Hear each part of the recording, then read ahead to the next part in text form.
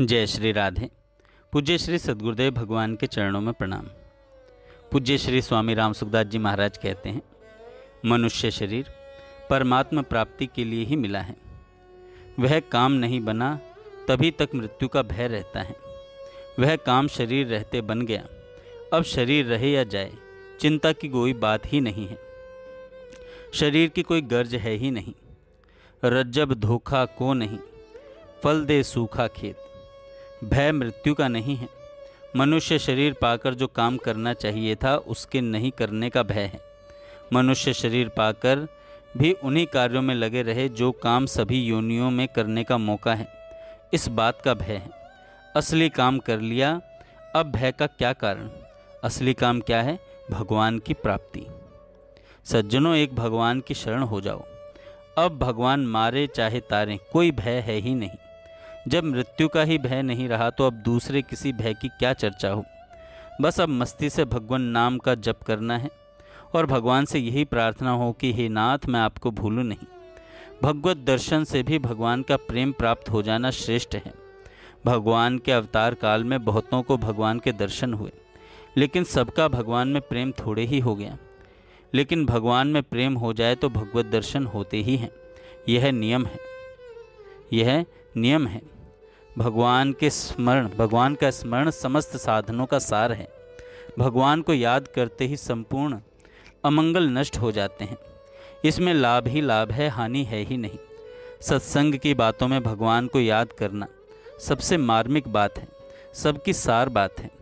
अतः चलते फिरते उठते बैठते हर समय भीतर से भगवान को याद रखो, फिर शरीर चाहे जब छूटे।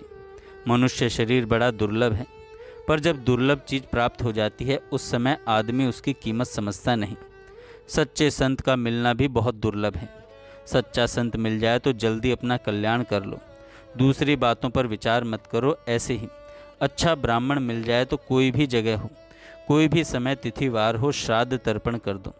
मैं स्त्री हूँ, मैं पुरुष हूँ, यह भाव भगवत प्राप्ति में बाधक होता है। अतः यह भाव उठा दें और मैं भगवान का हूँ और भगवान मेरे हैं। मैं भगवान का हूँ और भगवान मेरे हैं, ये भाव जल्दी से जल्दी अपने हृदय पर लाओ।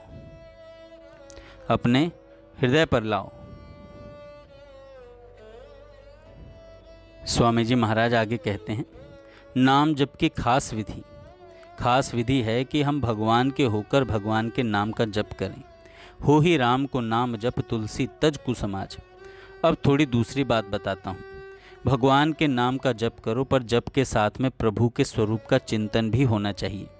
जैसे गंगा जी का नाम लेते हैं तो गंगा जी की धारा दिखती है, ऐसे बह रही है। गौ माता का नाम लेते हैं तो गाय का रूप दिखता है, ऐसे ब्राह्मण का नाम लेते हैं तो ब्राह्मण रूपी व्यक्ति दिखता है। मन में एक स्वरूप आता है, ऐसे राम कहते ही धनुषधारी राम दिखने चाहिए मन में। इस प्रकार नाम लेते हुए मन से भगवान के स्वरूप का चिंतन करो, यह खास विधि है। भगवान के नाम का जप करना और उसके अर्थ का चिंतन करना, अर्थात नाम लेते जाओ और उसको याद करते जाओ। श्री कृष्ण के भक्त हो तो उनके चरणों की शरण होकर श्री कृष्ण शरणम मम इस मंत्र को जपते हुए साथ साथ उनके स्वरूप को याद करते जाओ। नाम जप की यह खास विधि है। एक विधि तो उसके होकर नाम जपना और दूसरी विधि नाम जपते हुए उसके स्वरूप का ध्यान करते रहना। कहीं भूल होते ही हे नाथ पुकारो, हे प्रभु बचाओ, मैं तो भूल गया, मेरा मन और जगह चला गया, हे नाथ बचाओ। भगवान से ऐसी प्रार्थना करो तो भगवान मदद करेंगे। उनकी मदद से जो काम होगा वह काम आप अपनी शक्ति से कर नहीं सकोगे। इस वास्ते भगवान के नाम का जप और उनके स्वरूप का ध्यान, ये दोनों साथ साथ होते रहें।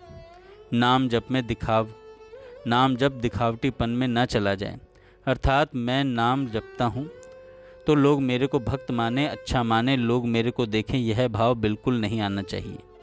यह भाव होगा तो नाम की बिक्री हो जाएगी, नाम का पूरा फल नहीं मिलेगा, क्योंकि आपने नाम को मान बढ़ाई में खर्च कर दिया।